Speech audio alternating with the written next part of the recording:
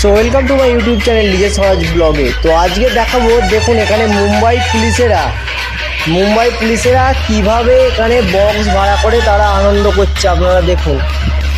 আর আমাদের এখানে ওয়েস্ট বেঙ্গলে আমি তো আজ পর্যন্ত আমার যতদিন বিজনেসের আগেও আমি দেখলাম না যে কোনোদিনও পুলিশেরা আমাদের এখানে ডিজে বক্স ভাড়া করে এরকমভাবে আনন্দ করতে।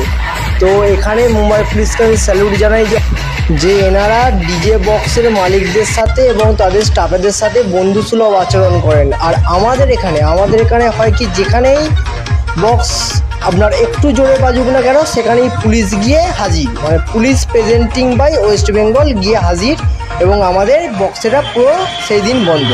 তারপরের দিন চালু হবে কিনা কোনো গ্যারেন্টি নেই। আপনাদের ভিডিওর শেষে দেখিয়ে দিচ্ছি যে পুলিশরা কীরকমভাবে আচরণ করে আমাদের সাথে।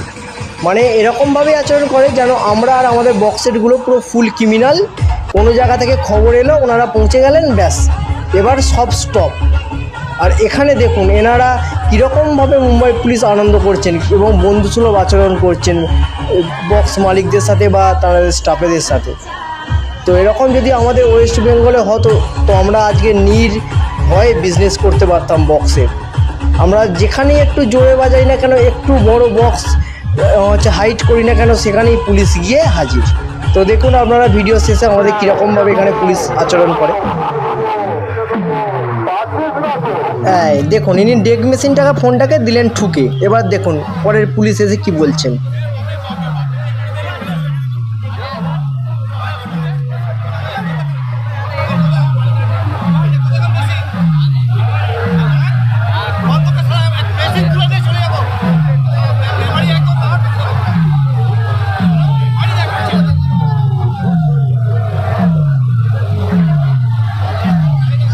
তো শুনলেন কি বললেন উনি, যে মেশিন তুলে নিয়ে চলে যাব শালা, গাঁড় মেরে দেবো। মানে এটা পুলিশের ভাষা, ভাবা যায় না দাদা।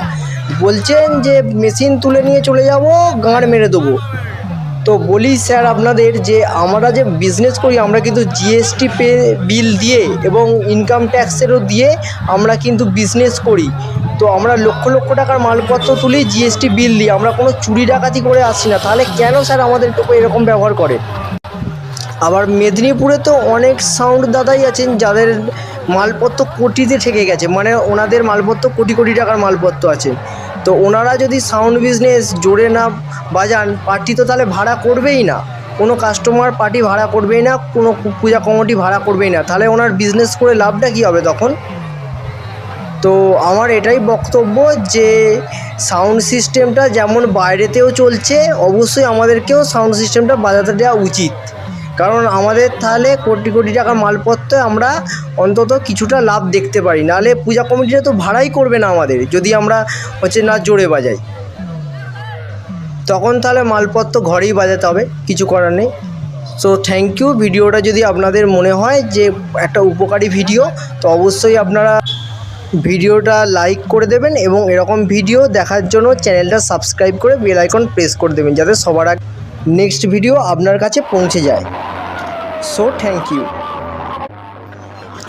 আর একটা কথা না বললেই নয়, যত হার্টের রুগী, হার্টের পেশেন্ট সব কি আমাদের এই ওয়েস্ট বেঙ্গল রাজ্যেই ভর্তি? তো আমার স্বাস্থ্য দপ্তরের কাছে একটাই কোশ্চেন, স্যার আপনারা একটু চিকিৎসাবিদ্যাটাকে উন্নত করুন। আমাদের হার্টের রুগী তো বেড়েই যাচ্ছে, আমাদের বক্স দুদিন পর বন্ধ হয়ে যাবে। তো আপনারা চিকিৎসাবিদ্যাটা দয়া করে একটু উন্নত করুন, যাতে হার্টের পেশেন্ট না আর দেখাই যায় বললে চলে, আমরা বক্সটা একটু জোরে বাজাতে পারি। তো তোমরা কি করছো বন্ধুরা?